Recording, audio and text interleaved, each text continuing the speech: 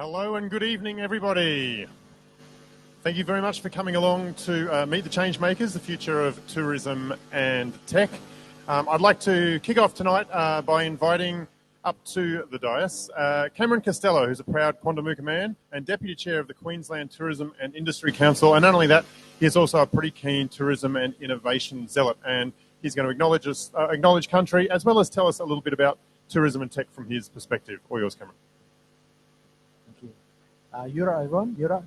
That's the hello in the Jumbo language of the Quandamooka people. I'm a Quandamooka man from Moreton Bay, Brisbane, which takes in our Noogie, Noonuccal and Gurrumpul clans that take in the islands all on the Moreton Bay side of Brisbane. So I just want to acknowledge wherever you may be, there's people online. Just want to acknowledge the lands and waters and air that you are on today.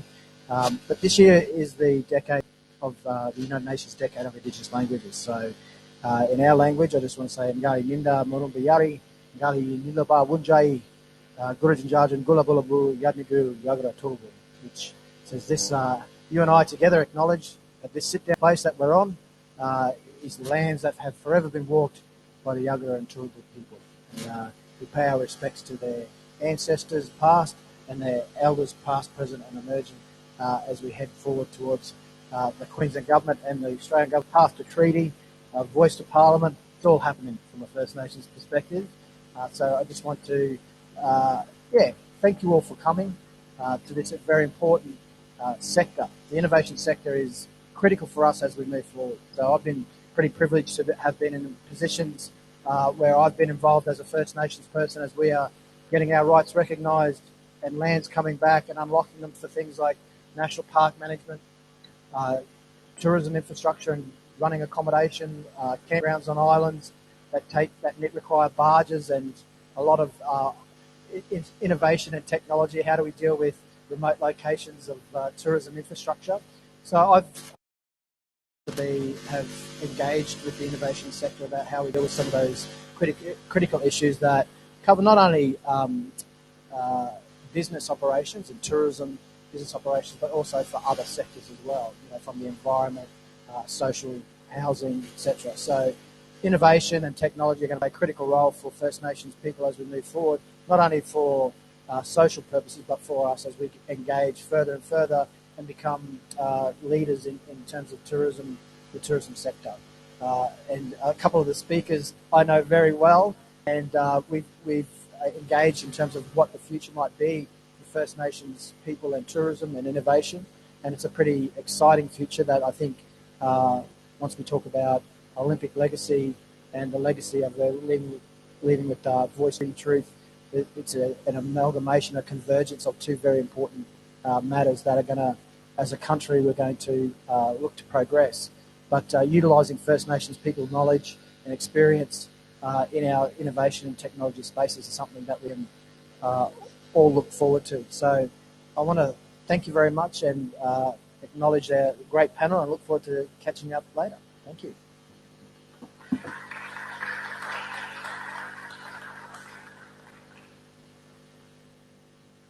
Thank you very much, Cameron. That also reminded me I forgot to introduce myself.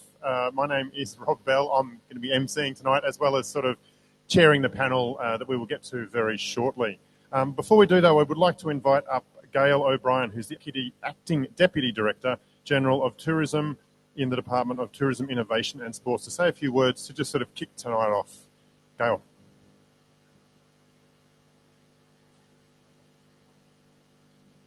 Thank you, and thank you also to Cameron, who always makes a great introduction. It's always hard to follow him. So first of all, I'd like to start by acknowledging the traditional owners of the land on which we meet today, both here and all of the people where you are meeting online, and acknowledge those elders past, present and emerging. I'd also like to acknowledge some of the tourism industry leaders that we have here today. I know we have Elsa, the chair of QTIC, in the front row, and I know we have some of our regional tourism organisation leaders both here and online. So I'm from the Department of Tourism, Innovation and Sport, and we actually, we're two parts of this event today, both the innovation and the tourism. And from the tourism, we do a lot of work with industry helping to build industry capability, attract investment into this sector, helping build infrastructure, and also look after things like the tourism policy across the Queensland Government. And today we kick off our commitment to better connect our tourism industry with those at the forefront of innovation and technology here in Queensland. And technology and innovation changing visitor experiences and expectations across the world, and we can't afford to be left behind. You know, digital hotels, robotic valets, stadium experiences in the metaverse, automated administrative systems. It's finding solutions to challenges with staffing and skills, as well as ways to how to enhance the visitor experience, both before, during and after their visit. And we recently had a report from an independent tourism industry reference panel that developed up an action plan, tourism recovery, and what tourism needed to do, both industry and government, over the next 10 years. And one of their recommendations was around better using technology, not only to improve the visitor experience, but also to operate in step with the pace of technological change and adaptation. Some of the panel's observations, visitor expectations are changing. We need to be cutting edge, relevant.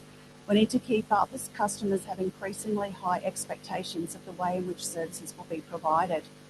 Tourism operators need to design and deliver seamless customer experiences, and industry planning and decisions must be informed by data and up-to-date insights on emerging trends. So there's so much opportunity and so much awaits us, but it's now like, where do we start?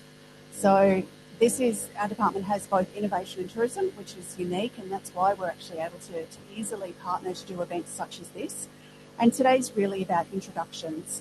It's about the introduction of current and future technologies, and just as importantly, introducing the leaders and influencers from tourism with those in the innovation sector. I'm really looking forward to the panel discussion. I have seen some panel discussions on this topic before. Really interesting, really engaging, and I'd also encourage everyone to stay for post-event networking that's going to happen. We've consciously kept this event small to give everyone the chance to meet the panel, to ask questions, to connect on LinkedIn, and make today the starting point for a longer conversation and hopefully partnership as we head towards 2032 and that big event that's happening then. Thank you.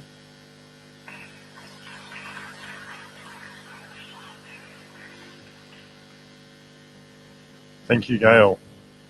Just before I invite the panellists up, I thought I'd just share a few words and find out a little bit about you out there, the audience, and online, although if you're voting online with putting your hands in the air, I won't necessarily be able to see it, but do it anyway. It makes you feel included. It makes me happy. We've got a pretty diverse looking audience here. I imagine plenty of you from the tourism industry. Hands up if you're part of the tourism industry. For the people at home, that's probably about 75% of the hands just went up. And if you class yourself, I guess, as a sort of a small to medium enterprise and more sort of the big end of town, if you like, okay, a few there as well. So that was about 2/3 small, 1/3 bigger businesses. And hands up if you're more from the tech side of things. This is sort of tech meets tourism. Okay, and that's not surprising. That's about another quarter of our panel there. So that's going to be really interesting, I think, for us to know and the panellists to know sort of who they're speaking to tonight as well with this. Tourism is obviously a very important industry within Australia. DFAT tells me it was worth or contributed something like $152 billion to our economy. I expect that was pre-COVID, although we can certainly get back there, and directly employs more than 600,000 Australians with 300,000 businesses. So it's a very important thing to Australia. I don't need to tell all of you that. But as Gail mentioned, it is something that is starting to evolve, and people's wants and needs for it are starting to evolve as well. So we're here to find out where it can go, but also how government can help that path towards the adoption of technology through the various places within tourism. I'm just going to invite our panellists out now one at a time, and they'll take a seat here, and then we'll jump into the panel. There will certainly be some time for Q&A at the end, so if you do have a question, hang on to it. And if you've got a question at home, you can put that in the chat box or the equivalent, and someone will feed that to me when we get to our Q&A at the end. So we've got about 15 minutes set aside for the Q&A. We'll see how we go with that. If we've got more and more questions, we might have to put them into the socialising and networking afterwards. First up, I would like to introduce the CEO of the Queensland XR Hub. That means extended reality. More on that shortly. A member-based company whose aim is to create a world-leading XR cluster in Queensland. She has a background in gaming and a degree in civil engineering. Please welcome Karen Sanders. Next up is the BDM at ARM, so that's the Advanced Robotics Manufacturing Hub, a not-for-profit tech accelerator. Through the hub, she enables small to medium manufacturing enterprises to access research and development within and across Queensland. Today, she's turning her automation acumen to tourism. Please welcome Lisa Nugent. Also joining us from the AI Hub is the Strategic Business Development Manager from KJR, a consultancy that's all about delivering tech-based solutions that work. One specific focus for KJR is working with Indigenous communities to explore solutions to their unique challenges and utilising emerging technology. Please welcome Brett Linden. And last, but of course not least, it's the co-founder of People Tech Revolution, who is adept at co-designing tech solutions with people who have lived experience. He also has a passion for gamification and several works in the pipeline around how to have serious conversations using games. Please welcome Simon Lowe. That must be my chair over there then. Excellent. Now, if you'd like to pour yourself a glass of water, feel free. And there is a microphone there. And who are we going to pass that microphone to? Well, tonight I thought we'd loosely base our chat around sort of three areas within the tourism industry, around sort of the experience side of things, be that actually there or be it virtual. The sort of skills shortage, which is happening at the moment, so how to perhaps rectify it or how to perhaps employ technology to do away with it or in fact to train people. And then just the operation side of things, how automation, technology and AI might be able to affect that. Perhaps so we should start, and maybe I can start, Karen, with yourself. What have we seen maybe in the last... Oh, you might have to switch that on too. Just so put that there. Yep. You're on. Say in the past 10 years, what have you sort of noticed in terms of technology that's been adopted widely within tourism? And a few things that I've noticed, I suppose, is there's widespread use now of booking platforms and things like that are filtered down to pretty much any mum and dad business, and that's technology that's probably making lives a lot easier. Are there other innovations that you think have gone into the industry quite recently? Yeah, I think in the area I'm in there, which is the virtual reality, augmented reality side of things, there's been a lot of pilot projects, a lot of, I guess, experimentation to see whether something would stick in the tourism sector. But probably the best activation that I've ever seen is the Pokemon Go type, to get people out and using these technologies, and out in the parks and what have you. But the other one that has been a great success has been an installation done in Charleville, along with the Sky Dome there, and they have done a virtual reality experience of the constellations of the Southern Cross. And people are going to Charleville now just to see that centre, and also so the VR has been used to enhance the visitor experience there, and it's apparently been an excellent sort of add-on to that facility as well. And so do you see XR as sort of as much a marketing tool as it might be the end product for a business? All. It fits all along the journey. Yeah. So the marketing side of things, there's a lot of easy add-ons that can be done now. Like I'm not good in this social media space, right? So, but even just filters over some of the social media TikTok type stuff that can be done now. And that's actually AR filters, but it's getting people intrigued by using the technology. So, and that's a low cost, easy marketing, and then you can be more topical about your marketing. So, what is it around an AR activation, more local to your place, but then goes right down the supply chain to training your people. It's a very versatile technology. Yeah. And I know you were showing me earlier, just the start of it. You had a project with Kayak around imagining or reimagining some old whale bones. Can you tell us about that a little bit? Because I know we've got a video that we can show around that. Yeah. So what we did, and this was with Cam a little while ago, but Kayak have, I think everyone here probably would have heard about the whale bones that were being cleaned in Canada to be brought back here to Australia. And I think it was UQ had performed digital imagery of the whale bones. We got hold of that digital imagery, and we were then able to reconstruct the skeleton of the whale, and then build what the replica of that whale would have looked like, and it was alongside Cam's vision to have not just the whale bones, but actually the vision in the cultural centre of the whale come back to life. And that is using XR technologies to be able to sort of blend that virtual with the real. Yeah. Yeah, I imagine it's one thing to sort of see a reconstruction just on a physical screen, but to get the scale of it when you're immersed in it would be something else altogether. That's right. And this being a virtual reality production, it's able to be put into headsets as well. So while we're seeing it as a video here, you would have the scale model of the whale swimming past you in the headset. So, it was all set up for that. I guess the vision of many touch points with a virtual reality installation. Simon, if I can move on to you. Have you got any thoughts on how technology and AI sort of moving forwards can make a better fit for the visitor or the holiday experience? And perhaps in some cases they won't end up leaving home for their tourism experience? So I'll talk about, I'm also sort of VR, XR space, dabble in AI, or leave that to the experts. I think from our point of view, one of the interesting areas is the marketing and acquisition. We've been talking to Cookshire Council, and also the First Nations people up there around how they can sort of showcase and promote culture and stories and history in places like America and Germany, and get people to see in virtual reality and understand the culture of this country, and so use it as a come visit us, smell it, touch it, be part of this. So I think as an acquisition and marketing tool, it's very powerful.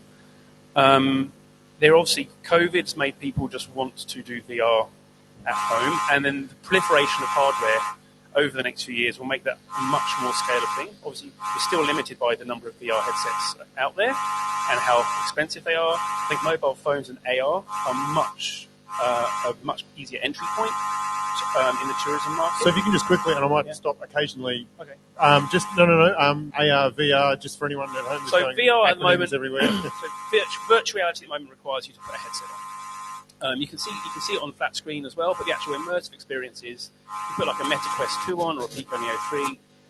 Meta's coming out with a new one, Apple's coming out with one, and you are immersed in a 3D world completely. You got the goggles on, you can look 360. Yeah. And it's not like the ones you put your phone in, and you might have done that. It's much more sophisticated than that. And sound is stereo, and you are immersed in the world. I think Stanford's done a study. It takes about 20 to 30 seconds to suspend belief and think you're there. We've actually recently done, it wasn't tourism, but it kind of was tourism in terms of we took it to aged care facilities. There's a partnership we did with QUT. And for people who have mobility issues, people who had dementia, they could go to places they've been and remember where they were from, if they're part of the cold community, or if they're migrants, like we all are here, or go and do something they've never done before. So we had someone who was in palliative care who wanted to swim with dolphins. Now, there's no way she was going to Morton Island, but she was able to swim with dolphins in VR 3 days before she died. And to her, that was the best thing ever. So there is this element of, if people have mobility issues, there is a new way to take places and to take sensation to people, and as well as getting people to come to us. So it's more of a two-way conversation. And so AR, so that's VR. And AR, sorry, I was. You're right. And AR is, you can use your mobile phone, and it'd be like, it augments the reality you're in. So if you were here and you stuck your phone up, and someone had mapped what this place looked like before white people were here, you could actually see what it was like before it was here. So you can overlap two worlds on a phone. So you can walk around Brisbane, and you might be able to go walk down Queen Street Mall and put your phone up and go, this is what it would look like in the 1910s, or this is what it looked like 2,000 years ago. And so it's a really good educational tool, interactive tool for place. I know people can use it far up north around flora and fauna. You can see, these animals live here. So it's an interactive tool that uses mobile phones, and obviously most people have a mobile phone, so it is a lot easier to implement. So it's a bit more accessible out of those sort of I'd technologies. definitely say so, yes. Yeah. Okay. And with AR, so the whale that you had up just a moment ago, Karen, is that an AR or a VR thing? Could someone, for example, if they had the whale on their phone, could they put it in the room right now? That's, I suppose, look at their phone and see that within the scale of all of us. Yeah. So to get a realistic experience, you have to build something to scale. Yep. So that what you have there with this whale is a 3D digital model, and that digital model can be used in a headset. It could be used in augmented reality. Yeah, we haven't set it up with an AR app, but it's very easy to do Translate that now. across. So I guess that's probably a good point you're making that I'm just clicking into now.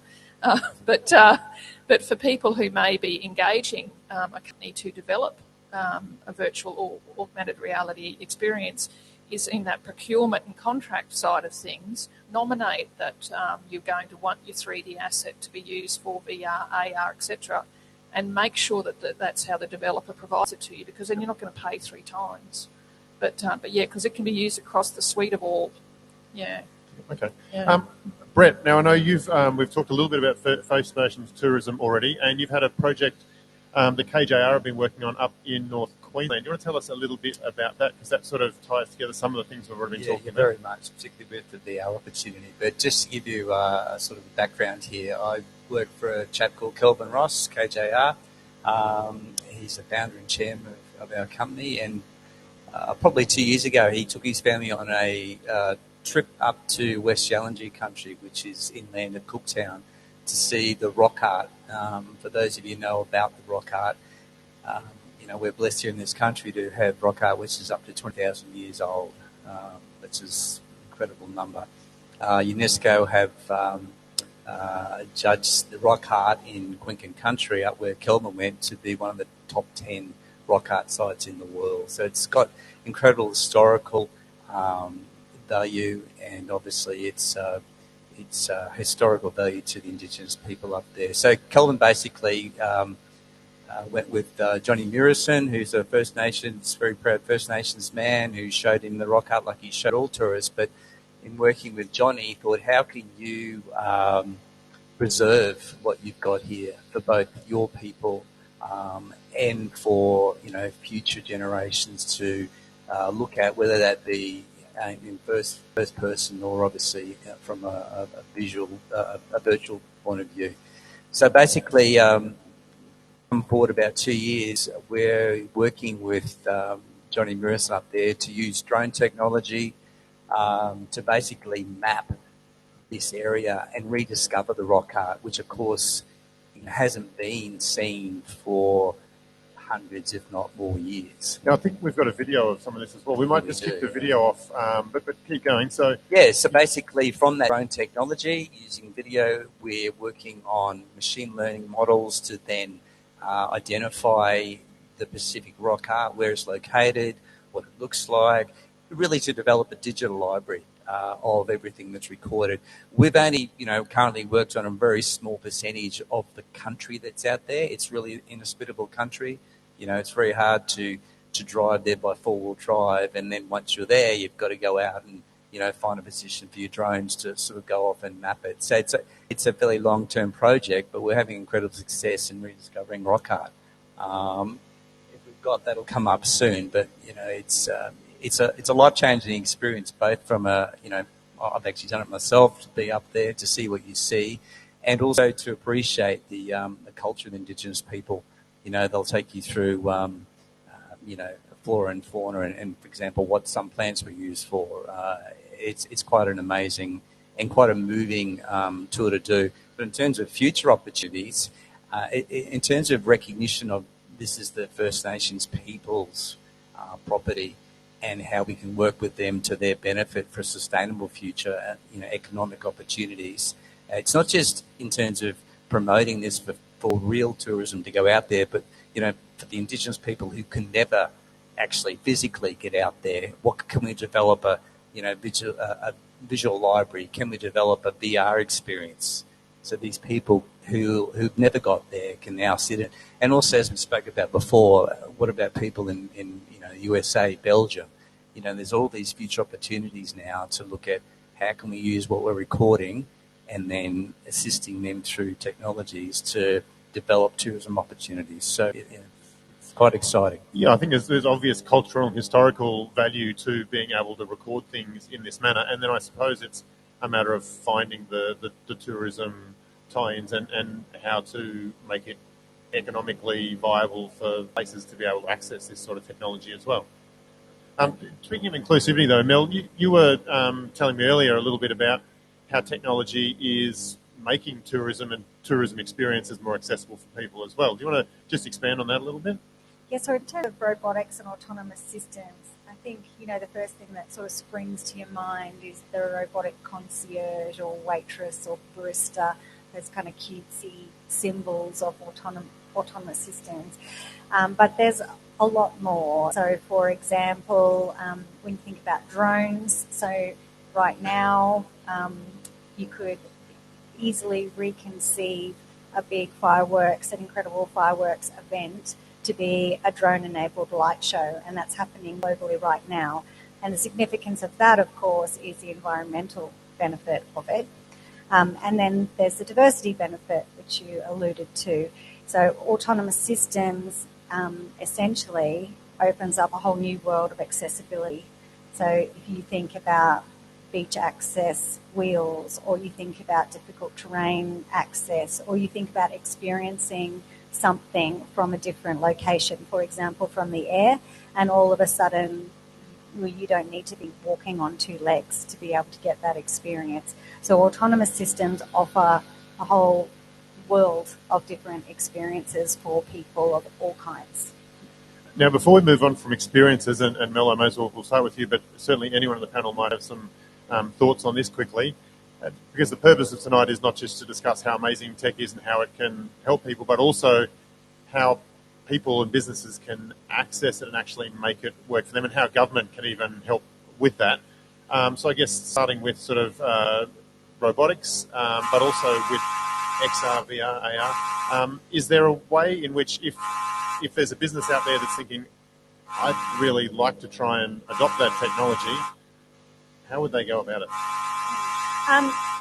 Always the thing is to start with the kind of challenge or ambition or big idea or experience of what you're trying to achieve.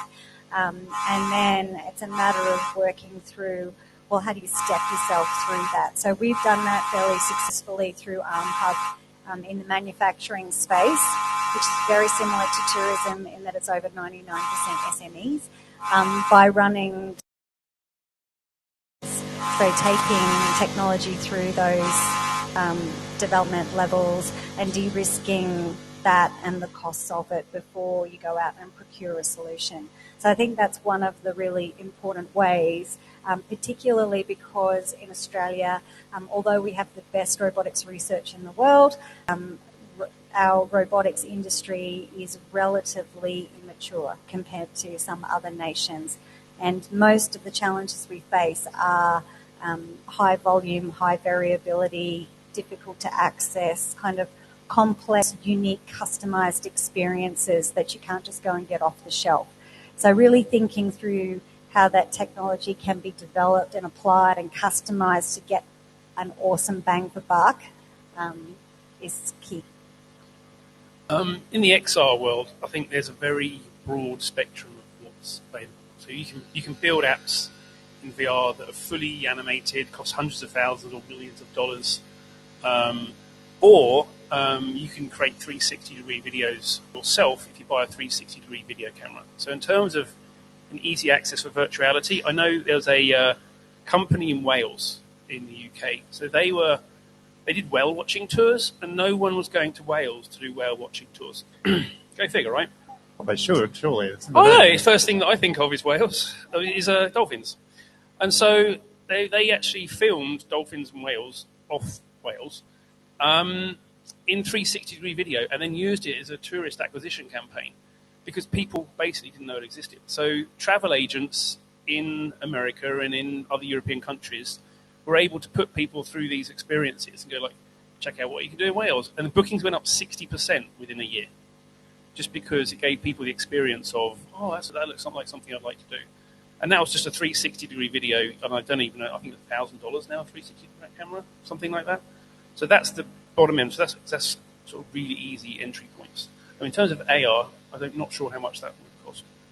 Yeah, Karen, is there a, I suppose, if I'm going back to the booking platforms, for example, probably initially when they first rolled out, they were quite bespoke to a particular hotel chain or industry. Now, you pretty much just get a generic one and you make it fit your hotel or your experience. Can you see that sort of thing might go the same way with AR, or there might be platforms that people can get so they don't have to have a whole bespoke experience made for them? Yeah, absolutely, and you can get access to that now. So I did mention the Pokemon Go earlier. Yep. I think it's Niantic own that, and their platform is able to be licensed. And if you're an AR developer, if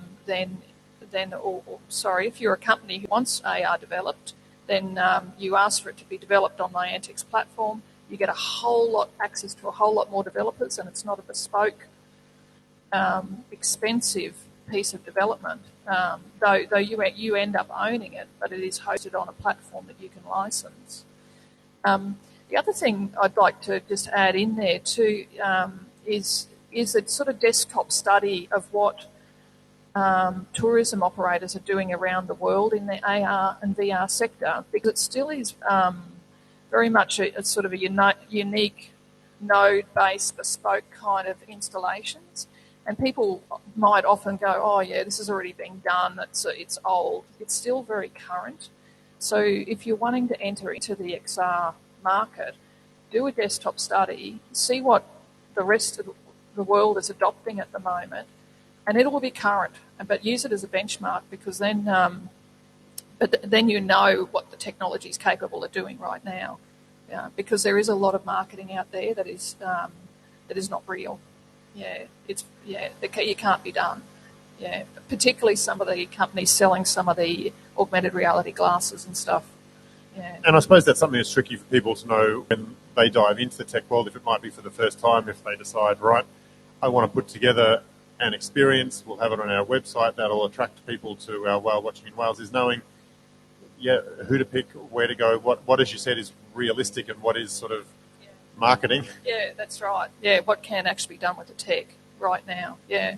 The other, and I spoke to a colleague just before this panel, and he's in the mining sector, and because you'd asked me the other day, Karen, what are things from my sector, because my sector is a lot of mining and engineering that can be brought into the tourism sector, and he was telling me about some of the mine operators in Mongolia who are setting up tourism centres off the side of the mines, and the local community are then being asked to assist with the development of tourism activations that are financed by the large mining companies. So it's also, I guess, connecting the people in the community that have got the money, with the tour operators as well, and starting in that space.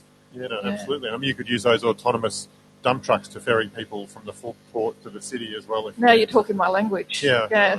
I'll get excited finally. Lots of crossovers there, Anyway, let's move on to skills shortage, because sort of moving people around autonomously that probably comes into that as well.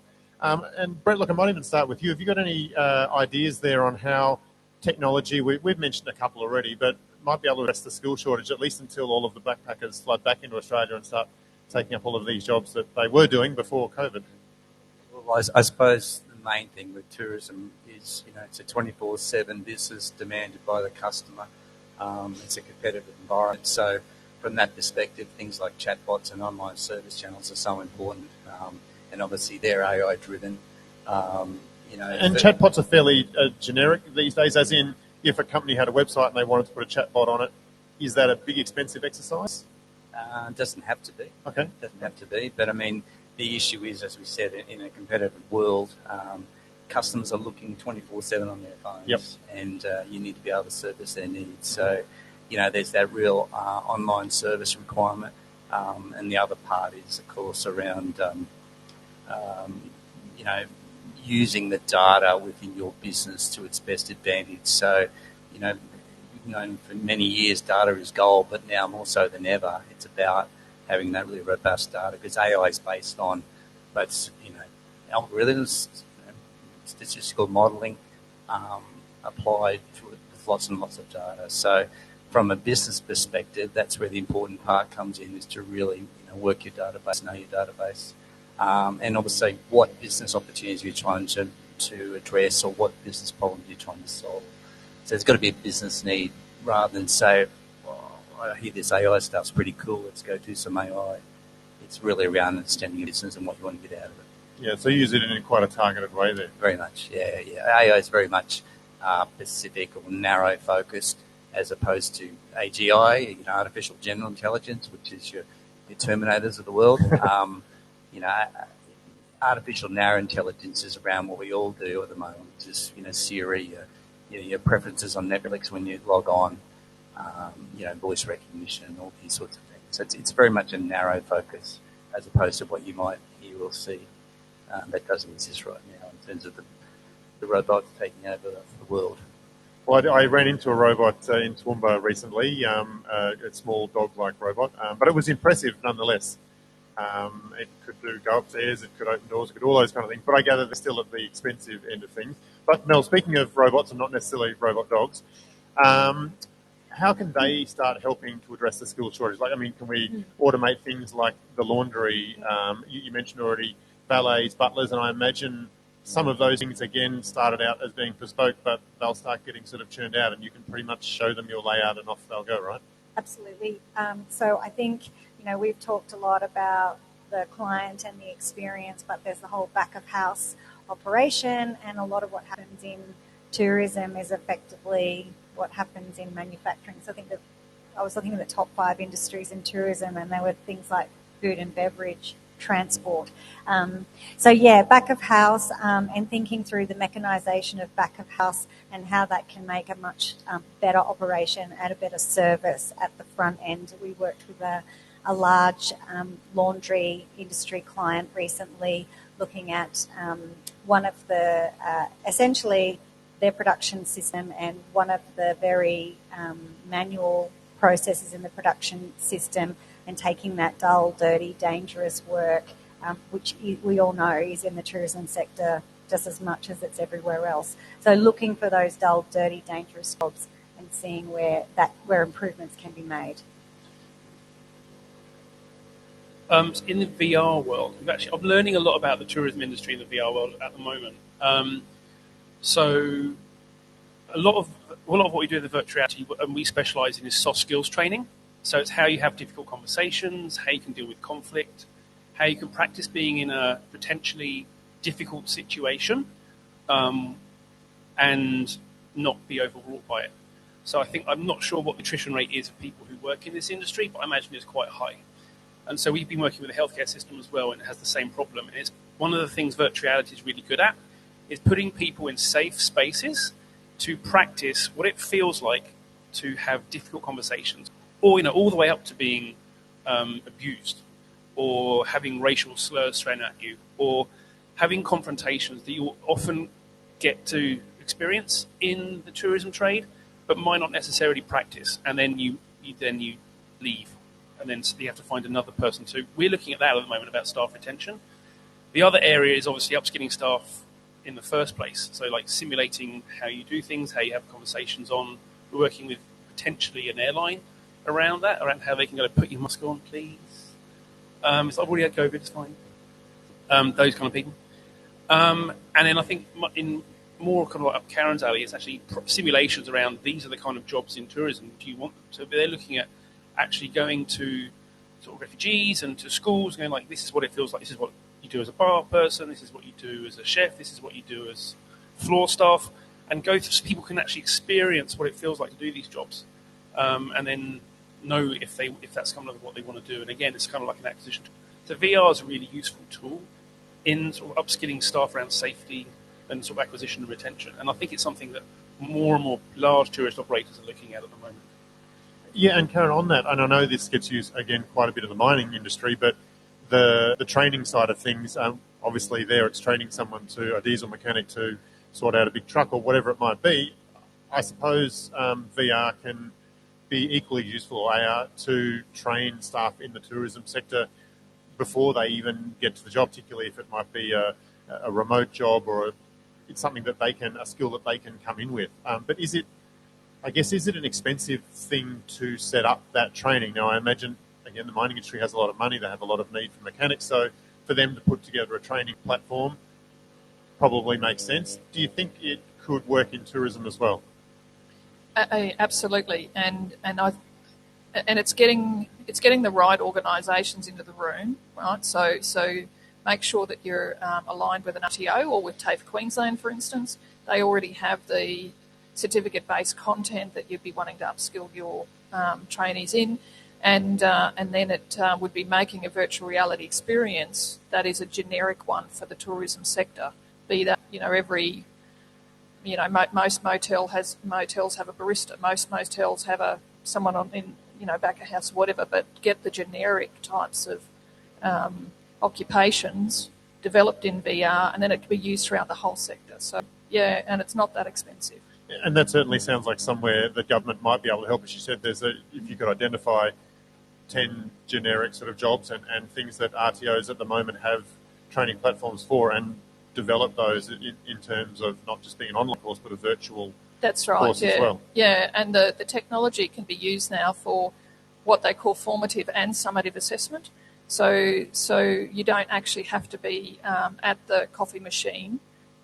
You can pass people out in VR now as well. Okay. So, and there's nuances and all of that, but yeah, it's doable. I think one of the other things I just want to add is obviously people, when it comes down to cost, is because you make one thing, it can be really scalable, and so the idea is you can actually acquire or train staff quicker and cheaper. So you don't have to get everyone from a crew in a room and train them on how to do customer service. You could have them all across Australia, if not the world. And if you're all in the metaverse, you could all be in the same room, have a facilitated training session around this is how you deal with a rude customer, this is how you deal with prejudice, and all go through that experience, maybe 20, 30 people in one time together, and then repeatable. So it can actually be something that's scalable and reduces in cost over time. Yeah, look, and I imagine for pretty much any organisation out there, and I've been in a few, and I know dealing with HR, and when I say dealing with HR, the people who have to go and find people and hire people, particularly in the current market, it can be a bit of a headache. You spend a lot of time just trying to get people in and train them, only to see them maybe a few months later move on to another job. So being able to take a lot of the stress and time out of that training would certainly have to be helpful. Yeah, like any job is stressful. So, we're working with nurses, and it's like, if you can train people how to deal with stress, you'll keep them longer. You won't suddenly leave. And look, you mentioned the metaverse there, so I probably shouldn't let that slide. Does the panel have any views on tourism and the metaverse? Obviously, it's very new. It's relatively new to everyone. Are tourism operators going to start setting up in the metaverse? I'm sure the answer to that is yes, but what's the value, I guess, to most people? Okay, create your own digital twin, call it the meta, whatever you want to, create cryptocurrency, become a billionaire. That's my answer. Excellent. Well, that was easy. Shall we start there? I think it's something that's going to progress. I think people have this idea that if everyone's seen Ready Player One, they think that's going to be the metaverse. I think no. So we're looking at lots of different kinds of metaverses, and I think I think Queensland government set up a digital twin. Was it on Half-Life? Like ages and ages ago. And so I think the idea that you can have, like a modelled Whitsundays or a modelled this area, and then they could have experiences you can go through. They could have 360 this, or they could have the story, the traditional owners, and the story of the land and where it's from. So I think the metaverse is going to become a lot more prevalent in tourism, and people might use it as an acquisition tool, or they might you could whole worlds and ecosystems in it. So I think it's at the infancy, the metaverse, and we know people who are looking at how the metaverse can be used around sort of refugees and the knowledge they bring to a country and how they can be introduced to a country, and then bring in sort of going off topic of it here, but it could be how people can get access to money without having bank accounts, because half the world doesn't have one of them. So I think it is going to change how we do things. I'm sure it'll do things in tourism. What that is, I am not sure. So for a company, and let's just pick a hotel, for example, I suppose it could potentially double as sort of, well, not double, but they've got a website at the moment, but maybe in 5 years they'll have something in the metaverse where you can virtually visit the hotel and have a bit of a look and go, yeah, you know, this. Yeah, there's I actually wanna a stay there's an interesting TV show called Upload, where you can actually upload your mind into the metaverse before you die, and it is an infinite hotel of your desire. So it's actually quite interesting. So I'm sure the large hotel groups are looking at this. I know hotel groups are already looking at virtual reality to showcase, this is what our rooms look like, this is what our hotel is, come and stay here.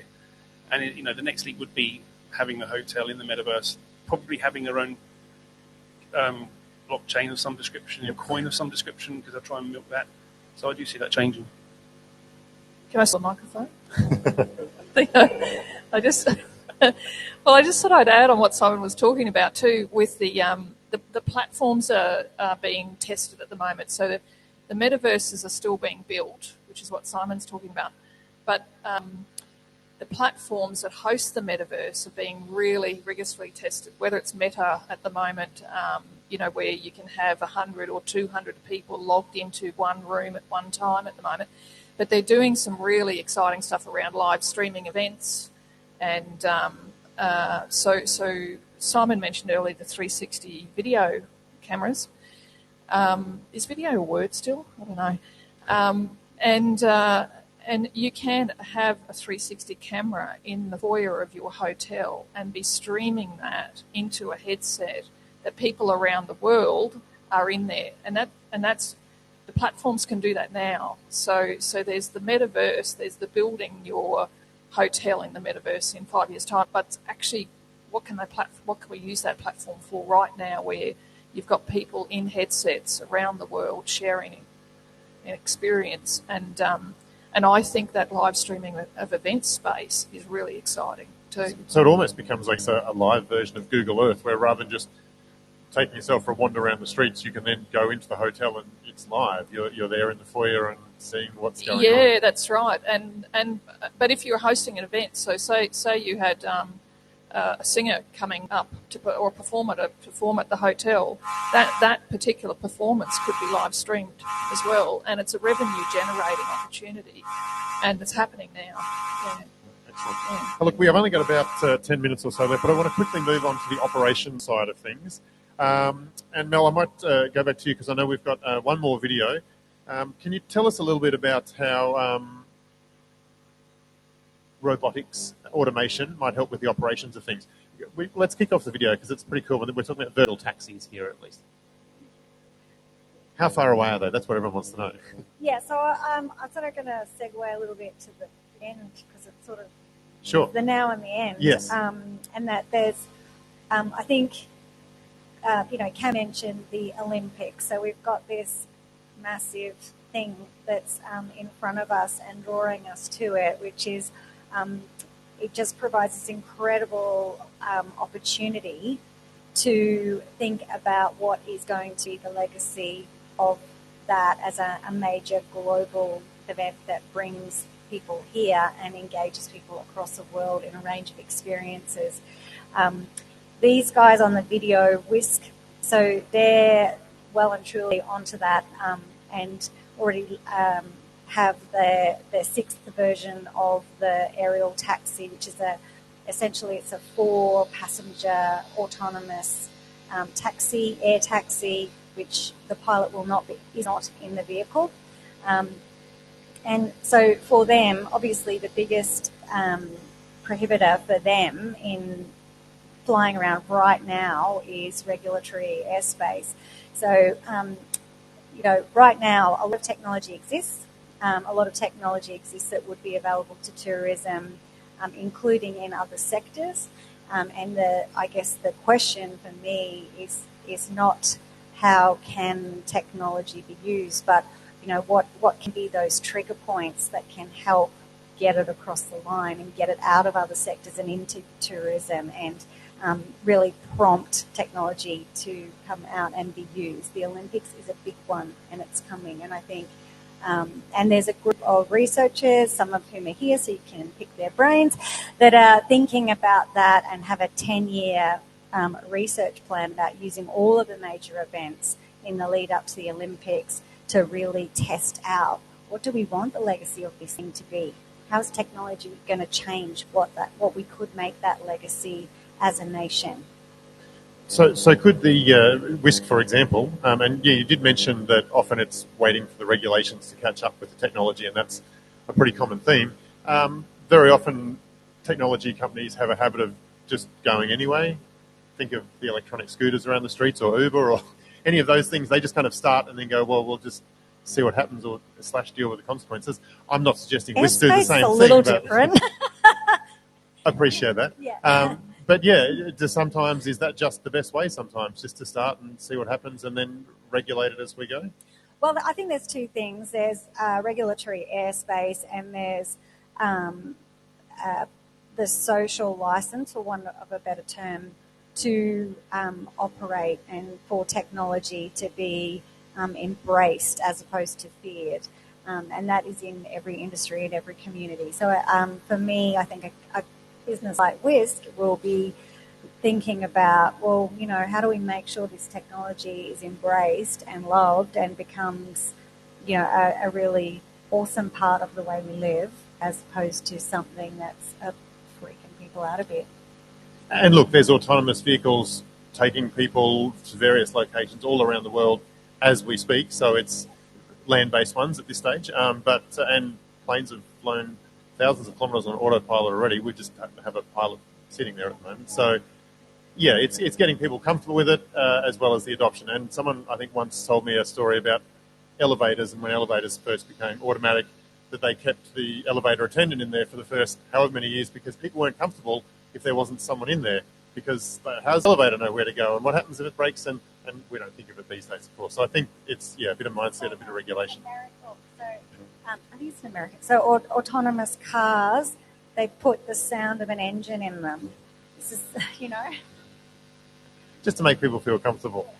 Brett, in terms of operations, have you got any thoughts on where technology can help, streamline the back end or make things? I suppose from an AI perspective, there's two things. One, we spoke before about chatbots and online service.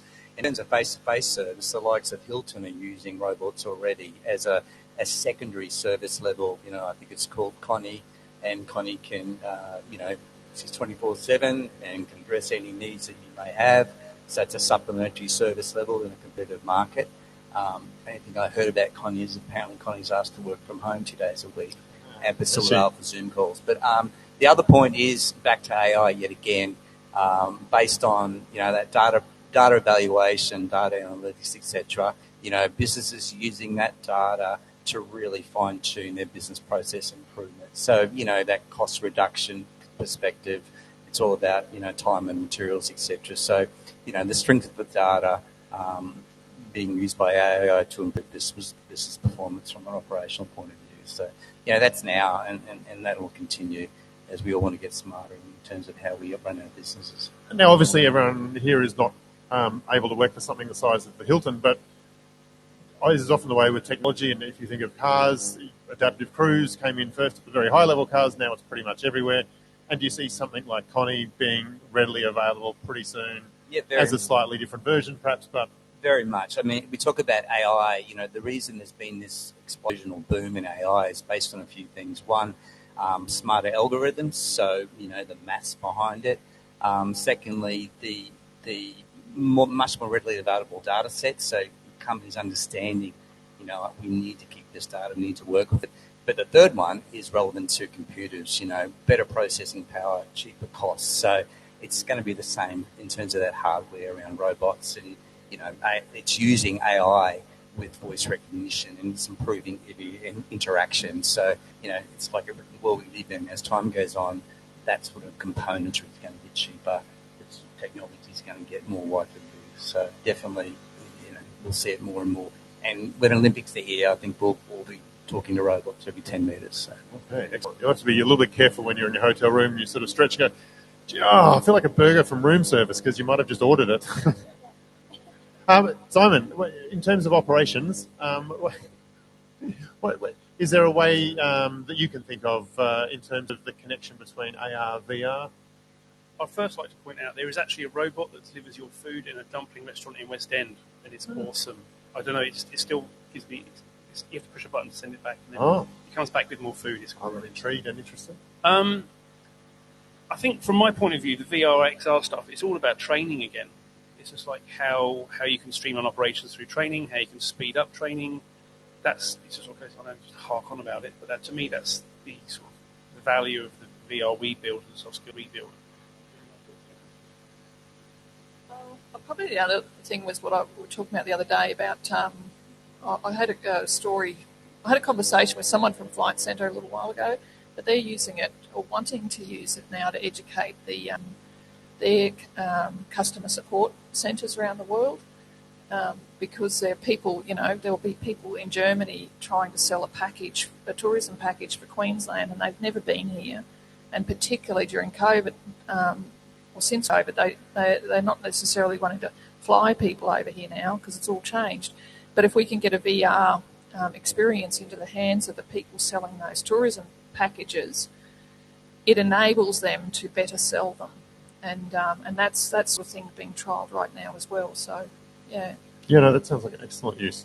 Look, that's about all of the questions that I have, but I'm sure you guys have a bunch of questions as well. So I'll give you a moment there to think about it. We might have some online as well. We've got up to 15 minutes for our Q&A. We don't have to take it all either. But has anyone got a burning question for anyone in particular on the panel? Yep. You just shout it out and I'll repeat it.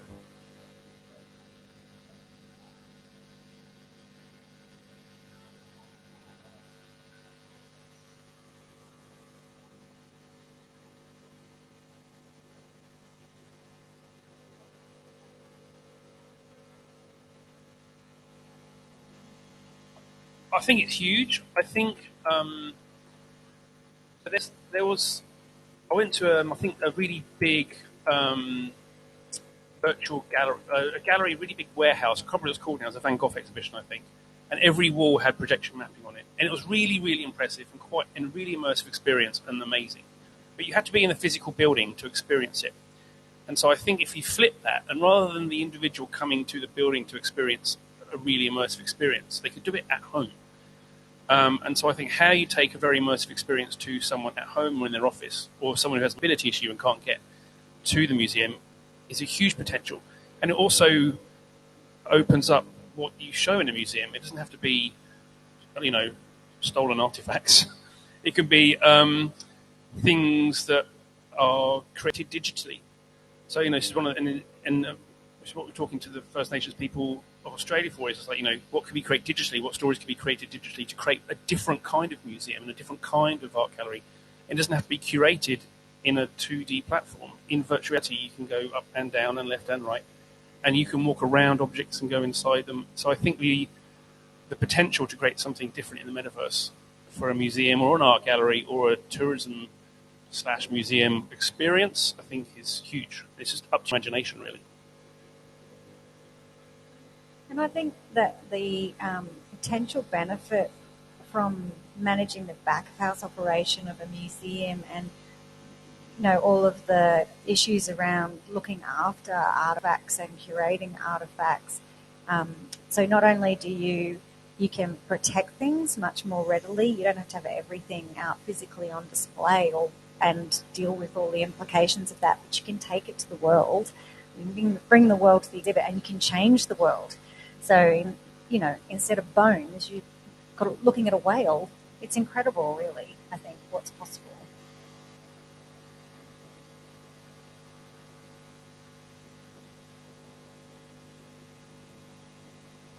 It's a general question to the panel. I'm just, hypothetically, a small business operator.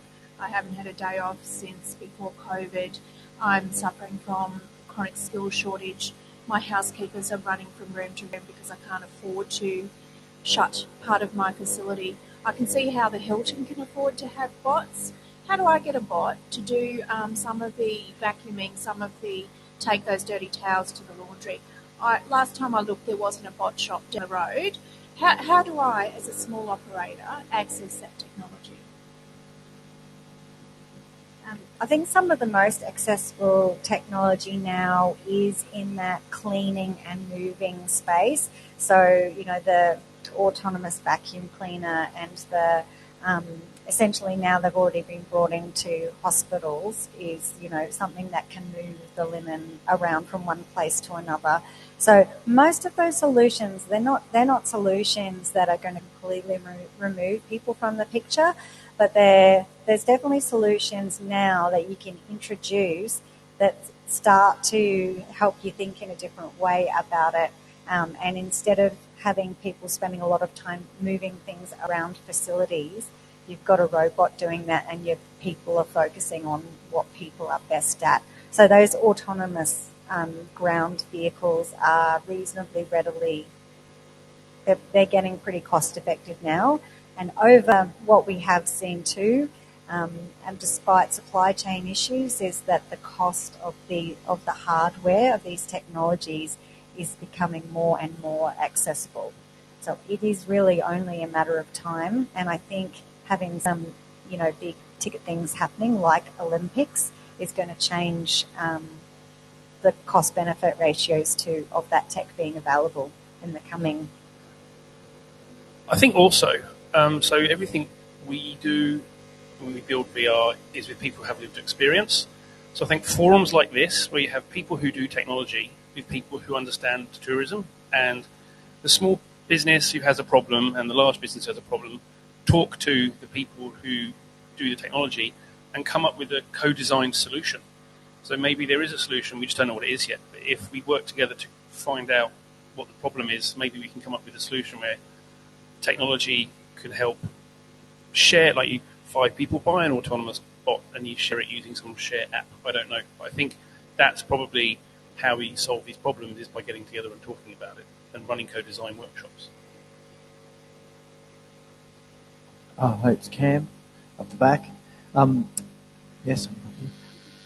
In terms of product development for tourism, like there's been a lot of, I think, opportunities. And like when you look at the whale, for example, the next step is that we have whale season all year round, because you've recorded the whale season, and virtual reality wise, it's there. When you talk, and Karen talked about the Pokemon Go platform, and doing some work with Monrepo Turtle Centre about the trip for my family going up there with young children should start when we get in the car. And there's those apps, and when we get up there and you're waiting hours for the turtles to go and see them, there's the opportunity for those sorts of applications that are educational, cultural, and link into some of our great tourism products as well. And then, of course, when we talk about Brisbane 2032, and that we are going to have to get a cultural centre, First Nations cultural centre somewhere in our precinct, that opens a whole range of what you were talking about. So virtual reality could be they actually get to stand and look at, they were by Kathy Freeman when she was lighting the 2000 Olympic torch, that they actually are immersed in the rock art situation, or they're immersed in actually colonisation and frontier wars, or so there's all those opportunities that I think are there around product development, around these First Nations tourism opportunities, including potentially the opening ceremony and drone technology and creation of serpents in the Brisbane River, creation story, etc.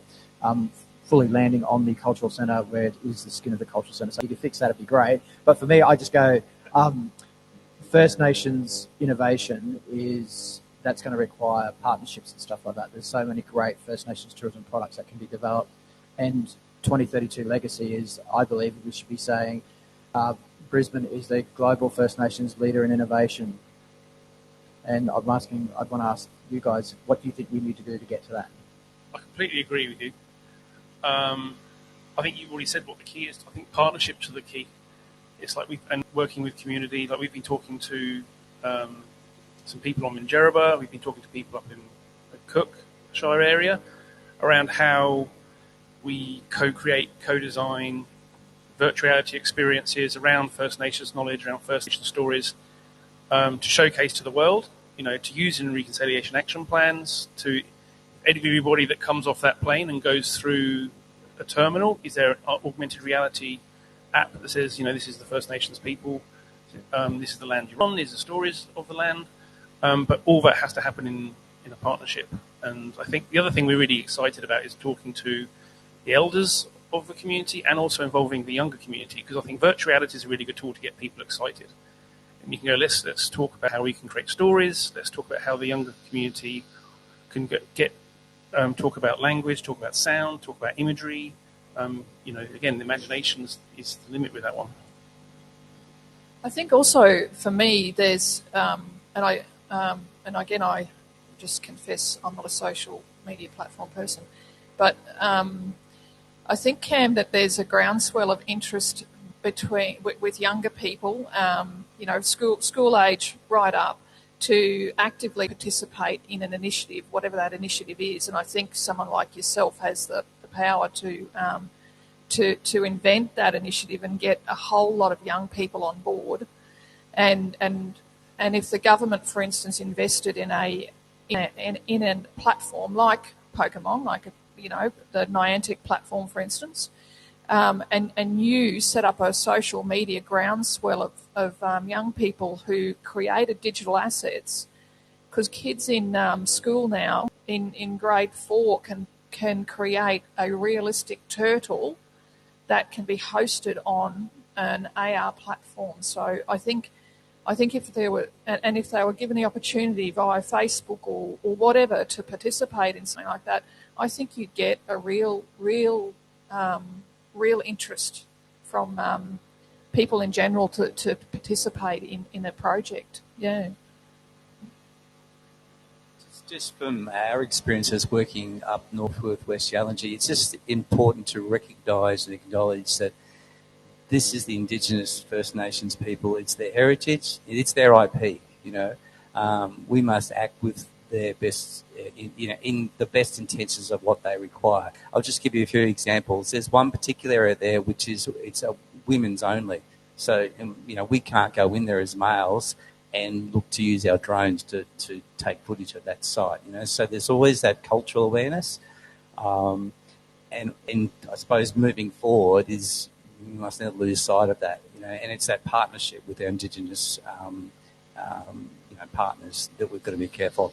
In terms of training and opportunity, we're working to train up some young people as Indigenous rangers. So we're getting them to use drones to assist us in mapping their, these rock art sites.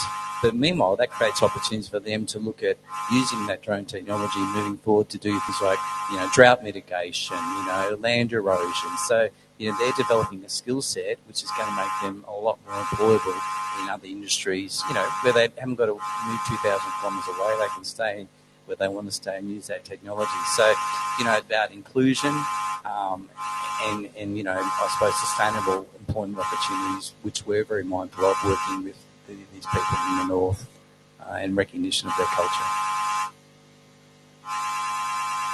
I think we probably all agree that what we think the technology is going to be able to do in 2032 is limited by humans today, and it will change and adapt quite quickly.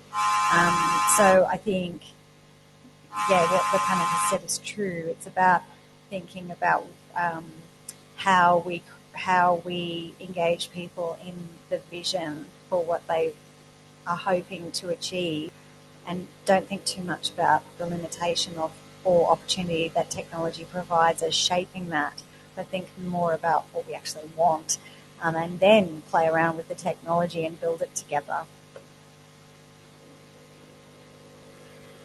Hi there. Look, just for context, I'm currently the head of revenue and innovation for a luxury hotel group.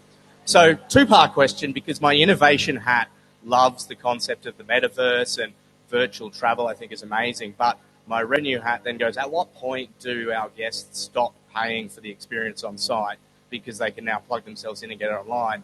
And then the second part of the question is that, look, people travel because of the experience and the memories they leave, and it's all about stimulating those 5 senses. So how far, metaverse is 3 senses? How far away are we from VRing a smell or having a 3D printer that can actually print out a burger? Good question. Smell thing's an interesting one. We haven't explored that one yet. I think in terms of linking to things like other senses, heart rates, biofunctions, that's something that is being looked at. So, VR can make you excited. It can make you scared. I don't know if anyone's done Rich's Plank or done a horror thing, but I still don't think it replaces the real experience of being in a hotel. I don't think that's something that we need to worry about yet. I think as a society, we might go there. We might go Ready Player One in terms of everyone's got a headset, but I don't think that's a long way off yet. And I think VR is it's a tool to be used to. It's like an enzyme. It can promote. It can help create change. It can help grow, but it doesn't replace what the actual end product is. And I think it can give people new experiences. It can enhance experiences, and it can be a really good acquisition tool. And it can be a new space to interact differently as someone else if you want to be. The whole who you're actually talking to in the metaverse is a terrifying thing, to be honest with you. And I think that's an interesting area to explore. But I don't think it's going to replace hotels. I think it could be looked at as an additional revenue stream rather than actually eking into your current one. Karen said yes.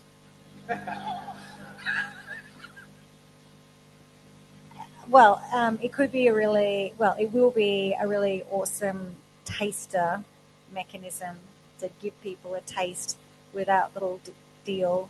My really cynical hat is that sometimes, for example, when going back to the old backpacking days pre-COVID, and there's lots of crappy experiences about travel too, and the metaverse just removes all of those.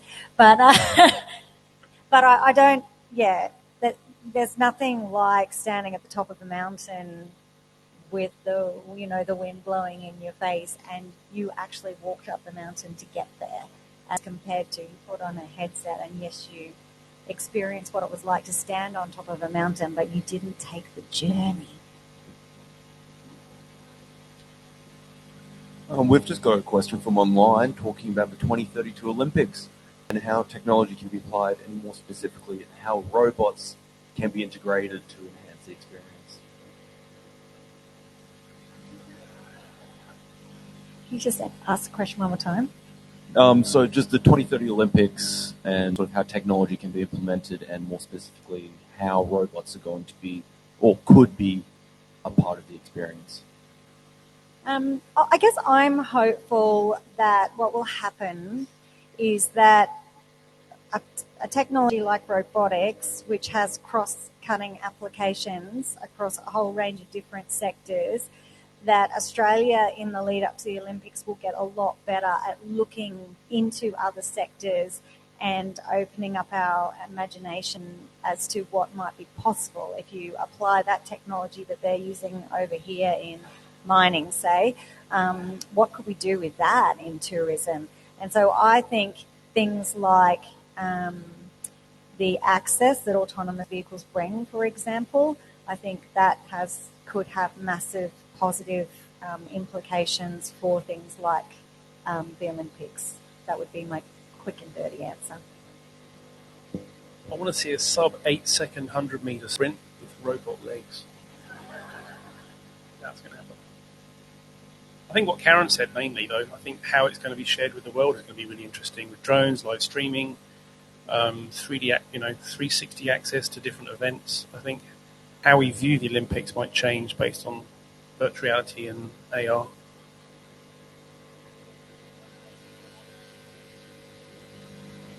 What you're streaming from your hotel room as well.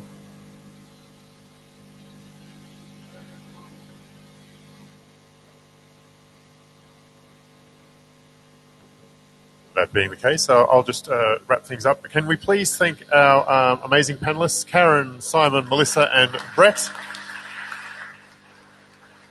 I can't speak for all of them and how long they'll be here, but we'll certainly be sticking around for a little bit out there. So if you do have a very specific question and you'd like to come and chase one of us down, they're probably more useful answering the questions myself, but I'm happy to give it a shot as well.